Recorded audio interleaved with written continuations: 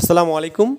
তো আজকে আমরা দুটো ম্যাথ এখানে আলোচনা করব, যে দুটো ম্যাথ অ্যাকচুয়ালি খুব বেশি ইম্পর্টেন্ট। বিসিএস বলেন, আবার প্রাইমারি এবং নিবন্ধনের জন্য তো মোস্ট ইম্পর্টেন্ট। আমি বলবো যেটা 100% ইম্পর্টেন্ট, কারণ এই কোশ্চেন প্রত্যেকবার আসে নিবন্ধনে, ঠিক আছে? তাহলে এই উপরের কোশ্চেনটা আপনি যে পড়েন, তাহলে আপনি এখানে 1 মার্ক কমন পাবেন, যে পারেন আর কি কমপ্লিটলি। দুটি সংখ্যার অনুপাত দেওয়া আছে 3:2 এবং এদের গসাগু দেওয়া আছে 4। ওকে, হলে সংখ্যা দুটির লসাগু কত হবে? এখানে কত হবে লসাগু? তো আমরা একটা সূত্র জানি না, যে আপনার এখানে সংখ্যা দুটির গুণফল, নাকি সংখ্যার গুণফল, মানে সংখ্যা দুটির গুণফল ইকুয়াল টু কি বলুন তো? লসাগু ইন্টু গসাগু, লসাগু ইন্টু যে গসাগু, নাকি?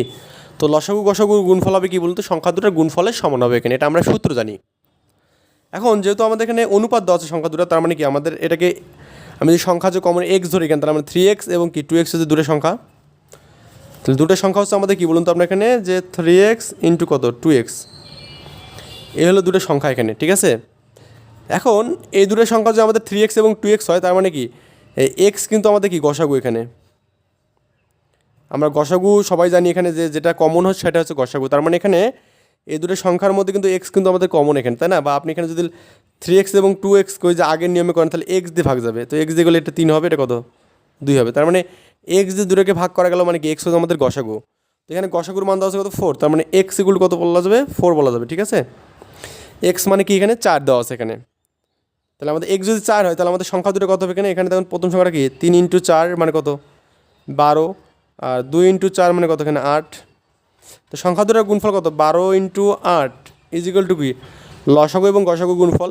তো লসাগুর মানটা আমরা ধরলাম এখানে, মনে করুন লসাগু ধরলাম, আর এই গসাগুর মান হচ্ছে আমাদের 4 পেলাম। 4 দিয়ে যে কাটেন কত হবে 4 দুগুণে 8, তার মানে কি 2 12 হবে, 24 হবে এখানে 24।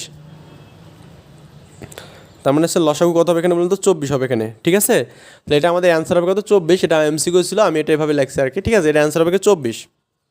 আচ্ছা, এরপর আরেকটা আমাদের কোশ্চেন বলছে, দেখুন কি বলছে, একটি বৃত্তের ক্ষেত্রফল একটি বর্গের ক্ষেত্রফলের সমান। তার মানে একটা বৃত্তের ক্ষেত্রফল পাই আর স্কোয়ার, আর একটা বর্গের ক্ষেত্রফল, আমি যে বর্গ এভাবে আট করি এখানে, তাহলে আমাদের প্রত্যেকটা বাহু হচ্ছে এ করে এখানে, তার মানে এই বর্গের ক্ষেত্রফল হচ্ছে এ স্কোয়ার, ঠিক আছে?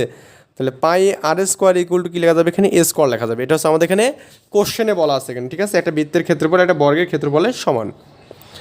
বলছে তাদের পরিসীমার অনুপাত কত? তাহলে আমরা এখানে দেখি যে বৃত্তের পরিসীমা হচ্ছে 2 পাই আর, ঠিক আছে? আর এই বর্গের পরিসীমা হচ্ছে 4a, কত 4a। তো এই দুটোর অনুপাত কত হবে এখানে, ঠিক আছে? তো একটা খেয়াল করুন একটা বিষয়, সেটা হচ্ছে আমাদের এখানে আমরা যদি বলছে এখানে বৃত্তের